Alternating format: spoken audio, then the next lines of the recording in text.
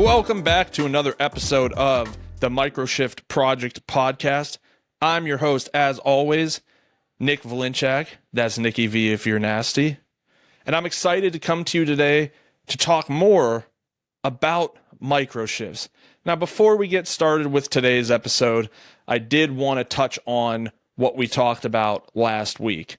And that was really the whole process of working through addiction into normalcy and how difficult it is. And I really want people to understand and work on a simple exercise with me. Maybe this would have been more appropriate to say last week, but we're learning here. It's been a long time since I've hit the podcast streets with college football pros, and this is an entirely different, more serious subject matter anyway. But I want everybody to take a second and put themselves into someone else's shoes. I think this is something we need to do more and more often on a day-to-day basis, because as a whole in this country, I don't think anyone really takes enough time to actually think about what it must be like to be somebody else. We make this mistake of thinking that whether we say it out loud or just feel it inside, but it is done mostly through our actions, that we operate on what's best for me and mine. But I'm here to tell you today that that's not how a society runs, let alone a successful country or city or state or community for that matter. No, you have to look at things and figure out what is best for us as a society. And so sometimes understanding the perspective of someone else can be more important than just jumping to a conclusion based off of how you feel. And I'm talking at this point specifically from at least, let's call it, 20 years of experience and change that I had to go through myself. And it's not that what I want doesn't matter, but what I want singularly does not outweigh what is best for the group. So back to our activity at hand. I want you to think about what your life is like. I want you to think about who you spend your time with. I want you to think about what you're doing with those people when you're spending your time with them. I want you to think about how much fun that you have as you're experiencing your relationship with all those people. And then I want you to think, what would I do and how would I feel and how would I recover if all of those people were no longer people that I was able to associate with? All those things that I did, I could no longer do. And if I could not do them in combination with the people that I enjoyed doing them with. And what I've introduced you to is the reality of someone who has to go through such a structured change like addiction recovery has to go through. And you might say, oh, Nick, well, that's not really fair to look at it that way. You put yourself in that situation, and I absolutely did. But I'm not asking you, that wasn't part of the question, right? The question was just to put yourself in someone else's shoes. I didn't ask what the reference was behind it or what the backstory was that brought them to that place, because that's really not the important factor. It's just a concept of being able to put yourself in someone else's shoes and think about how difficult that time might be, and they need just a little bit more grace than an average person during those times. Look, I see it all the time, and thankfully, most of the people I know at this point and I'm around on a regular basis are out of an active addiction. But I still have communication and am in connection with some people who are still going through it. And I see that the struggle is still there and that it only becomes harder and harder as the years go on, and more people are fine with being out and open about their disdain towards this type of person. But we all have our shit, and it just happens to be that their shit is the stuff that's most out in the open. But I think it's a practice we need to do and understand, and not just our dealings with people who are going through addiction, not even just dealing with struggles, but just in our everyday life, be willing to look at someone else. And when they have an opinion that is different from ours, think to ourselves, what might be causing this difference? And not just saying they are an XYZ and they believe XYZ, so I don't even care. I'm not listening to it because my heart is hardened to those types of people. And I've been there. Listen, I spent a lot of my early 20s in that type of mentality.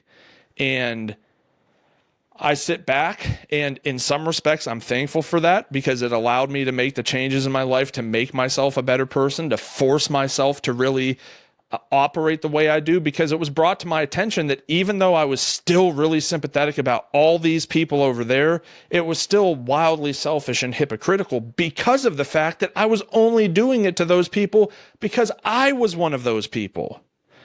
And that's not really what we're all here for. So needless to say, based off of what I've just said right now, based off of what I said in last week's episode, my 20s were a huge time of growth, resistance, revolution, a lot of different things going on inside my personality. But I think back to my early 20s, specifically during that, like I said, 2 to 4 week period where I was really, really having a lot of these small life-changing moments. We talked about them last week a little bit. We talked about them in the 5 episodes before, but the time I almost killed myself in the car, where the strangers kind of helped me and gave me hope, the conversation and arrest with the police that should have been so much worse, but I was given a lot of dignity, and then the mirror moment with Frank at the mission, all happened within a 2 week to a month period. In fact, the dignity from police and the mirror moment with Frank happened an hour within each other.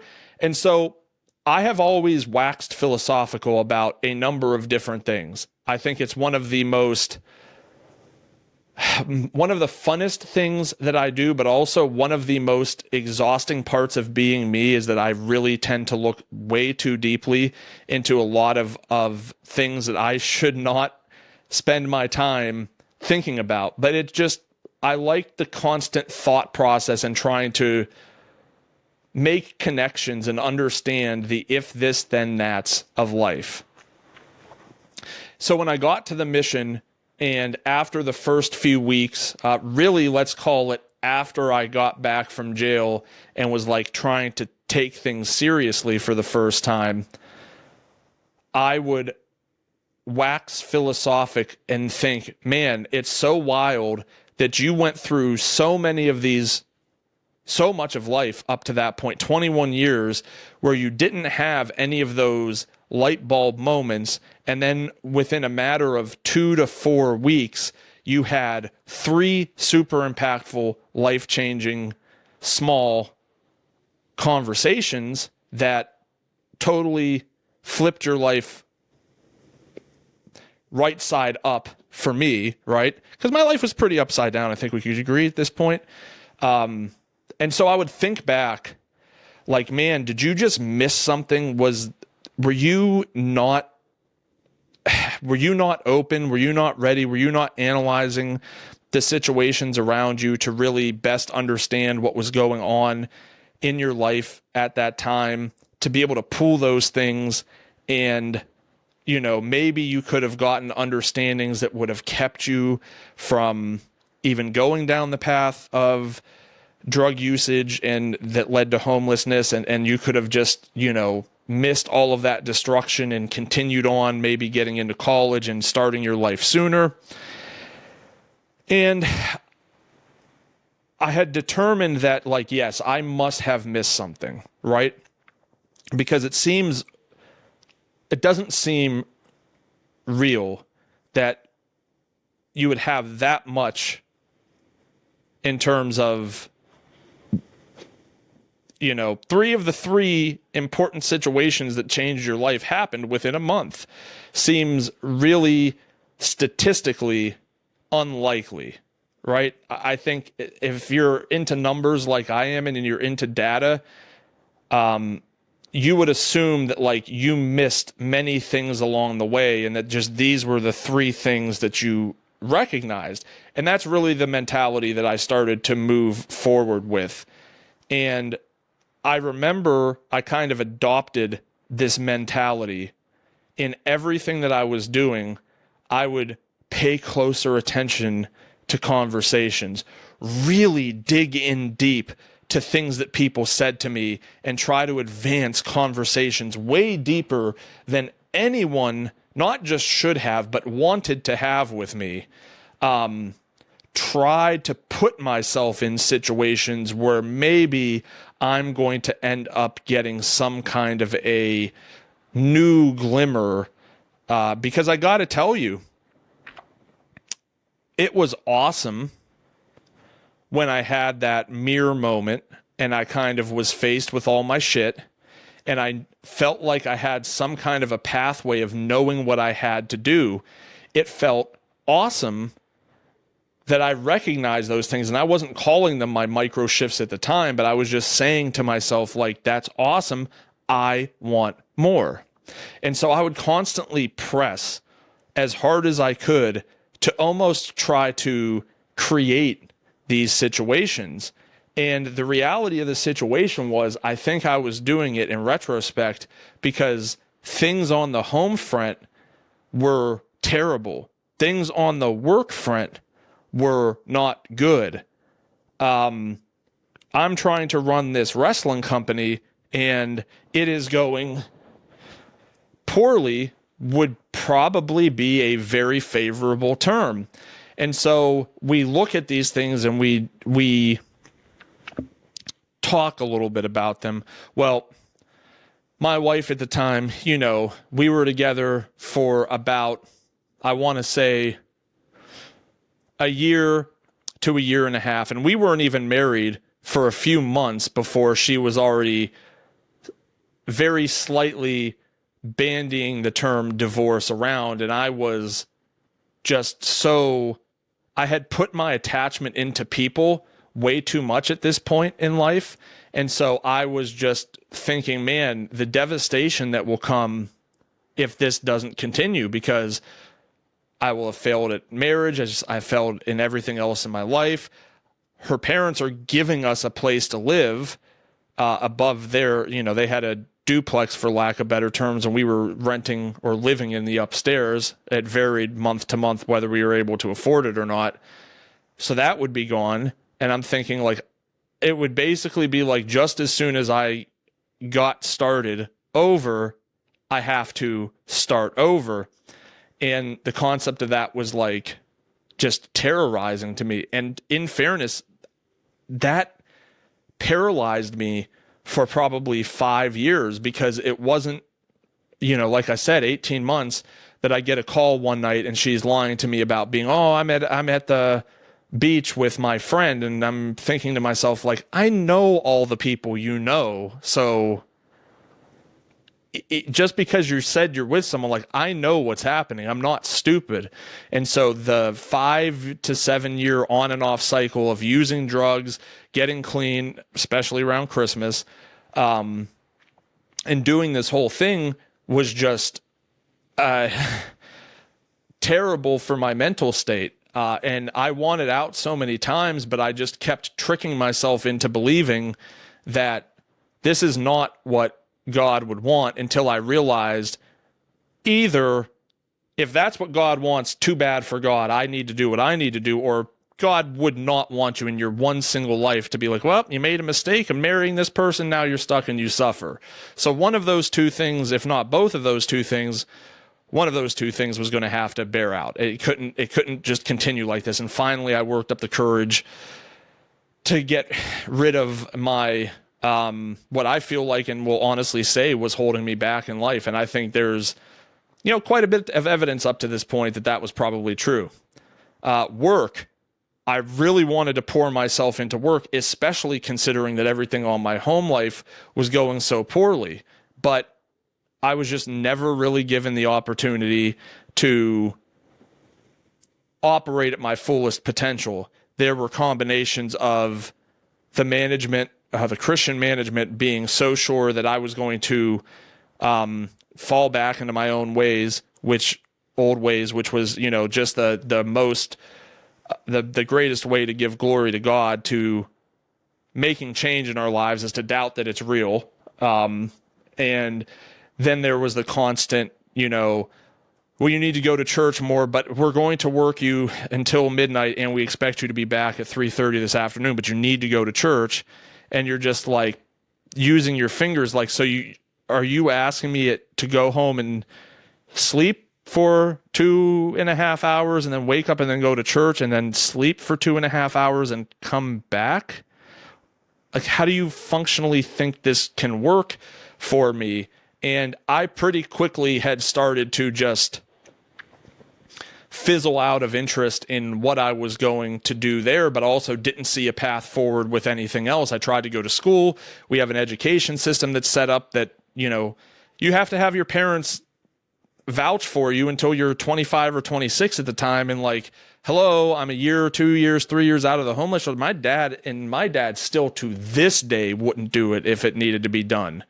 Not because he doesn't trust me, but that's just the way he is. He's not going to put himself on the line for someone else. It's just not the way it's going to work. So there's a huge amount of frustration, just feeling like, great, I'm stuck in this work because I don't really have faith that there's anything else I can do. Then on top of that, you're running the wrestling company, and I would love to say that it started off hot and fizzled out, but it was just like, our first event was scheduled against the AFC and NFC championship games, which is a stupid thing to do. But we could only run on Sunday because that was like the cheapest we could get the facility. We had to restructure how we were running the whole company. Even when we were winning, our wins were never as big as our losses, and certainly never bigger.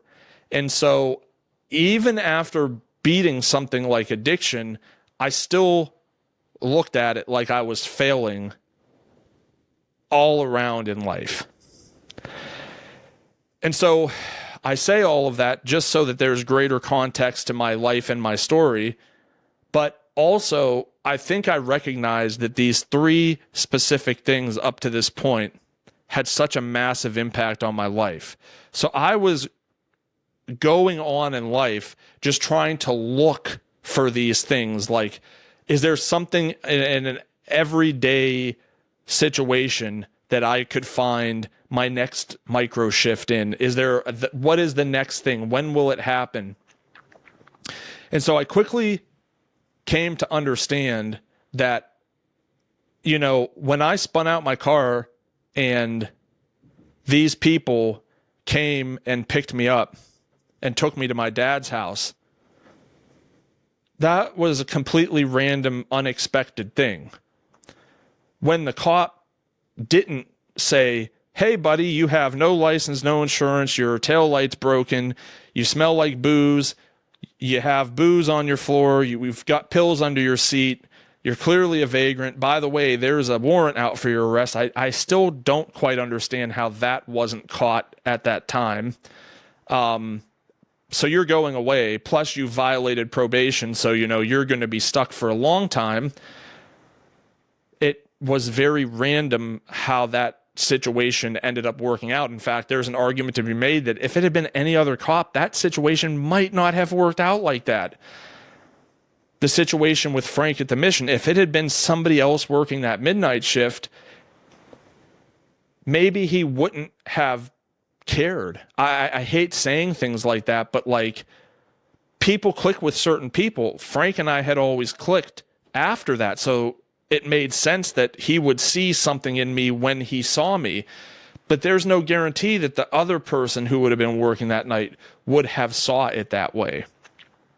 So I guess what I'm trying to say is I was trying to walk through life at this point because everything was so bad around me and I just needed some glimmer of hope, that I was trying to force these things into happening, whereas they've always just happened very randomly, innocuously is the word I like to use, and I had no control over them. And in the moment, I didn't recognize that that's what was happening. It took time to sit back and reflect on those situations to really gain a greater understanding of what they were going to mean for me in my life. And so it really helped me adapt to understanding that you need to just live in the moment. You don't need to try to analyze everything that's happening around you with the hopes that some greater gain is going to come out of it. You don't do things like, I'm going to intentionally, with my intent being, which is what intentionally means, I'm going to put this young lady's or old lady's grocery in her car so that I will get my gain and something will be unveiled to me, because I don't really believe that's how it works. You do those things because you want to. You do those things because it's the right thing. You do those things because you know that if you continue this pattern, that other people will be affected. And even if that's just the greatest gain you get, you've won, because you've positively contributed to our society at a point in time where not everyone, and oftentimes most people, aren't. But when it comes to these microshifts, I do believe they are all reflective. You know, there's so much in The Office, right? This seems like a weird segue, but here we go. There's so much wisdom in The Office, from things like Creed Bratton saying, I've never received a complaint sexually, and I wouldn't care if I did, to Andy Bernard very appropriately saying, I wish you could understand that you were in the good old days when you're in them. And I think that's just a perfect encapsulation of what these micro shifts are. Meaning that when you're doing them, just like living the good old days, you don't have the true and real knowledge to understand that you're in the good old days, because we often believe that there's just so many more to come. But I think we all reach those points in life where we sit back and I think to myself, man, as much as I complained at the time about being 14 years old and sitting in Kevin and Paul's basement, and how we didn't have any girls around us, and how when I was 18 or 17 or 16, whenever it really started clicking in my head, probably more towards 16, that this was happening and I was getting upset about it, I still sit here at 41 years old and think about at 14 how we were in the basement watching Woodstock 2000, something like that. Maybe I was 6. I don't remember when Woodstock happened, the renewal of Woodstock. But thinking about playing GoldenEye on the Nintendo 64, going to Music Oasis to see if they had any new sampler tapes. We hadn't even gotten to the point of CDs yet. Like, those are times that I value so much right now that at the time, I was even as far as upset about the fact that I was living them. And I think that's how these micro shifts work. They've all been through introspection that I've had to come back and say, you know what? That was it. That was a moment. And sometimes these things might have taken a few days or a few weeks to click in. Sometimes they took longer than that. Sometimes they were instantaneous, right? But at the end of the day, it's not something you go out and search for. When they happen, you'll know, and they'll have a dramatic impact on your life. So that's what I challenge everyone to do for today. In addition, this is a challenge episode, and challenge yourself to put yourself in someone else's shoes, to think like they think. But I will also want you to challenge yourself to think about some of the things you've gone through recently, and has something that at the time seemed small, didn't really feel like it had meaning, has it stuck with you and you're realizing that it's starting to eat away at you, or that you can't stop thinking about it? It's probably one of these things that's really waiting to help you make a shift in your life, and sometimes it's a shift you didn't even know you wanted to make. Really, thank you all for listening to me today, and listening to me every day. The greatest thing you could do to help me is to subscribe to my podcast, whether it be on an audio channel or through YouTube. If you feel like this episode would really resonate with somebody, please share with them. In the meantime, you can follow me on social medias at the Microshift and at Nick from CWE. And we'll talk again next time.